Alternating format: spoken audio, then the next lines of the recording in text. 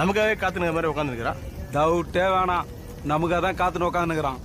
ஏய், எவனுக்காவது பொண்டாட்டி குழந்தை குட்டின்னு சென்டிமெண்ட் கிண்டிமெண்ட் இருந்தா அப்படியே ஓடி போயிடு. கொலை காட்ல இருக்க அவனை கொல்லாம விட மாட்டேன்.